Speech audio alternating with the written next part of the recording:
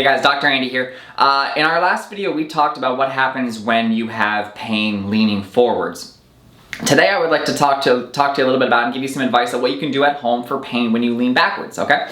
So as I was saying, that when you have a low back injury, if you're coming in as a new patient, one of the most important things that I can do is establish directional preference, which is a fancy way of saying that I care a lot and my treatment depends upon which way do you lean forward or do you lean backwards if it hurts. And if it hurts when you lean forward, like we talked about last video, then I'm gonna tell you to avoid leaning forward, and I'm gonna tell you to exaggerate and work on a lot of poses or movements that bring you into extension.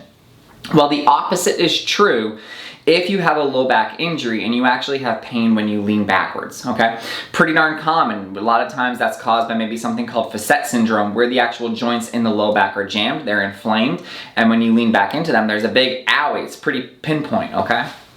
So if you have pain with extension, which is a fancy way of saying pain when you lean backwards, first thing that I'm going to do is I'm going to tell you to, and you can do this at home, avoid the movements that bring you into extension. I don't want you doing bird dogs or planks like I told you to do in that last video. Instead, I want you to exaggerate, and here in the office, we will work on movements that bring you into flexion, that actually bring you forward, okay? So for this one, instead of the bird dog, we're going to do a dead bug, all right?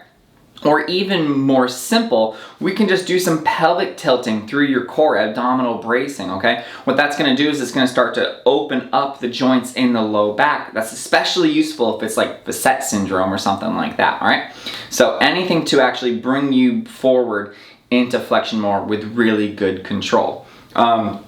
If it's tightness through the hips or through the low back, we're gonna work maybe your posterior chain, because we're trying again to bring you into flexion and stretch out the low back where there's pain in extension. So everything that we're gonna be doing is designed around bringing you forward, bringing you into flexion. If you have any questions, send them my way. Always remember to live with passion, not pain.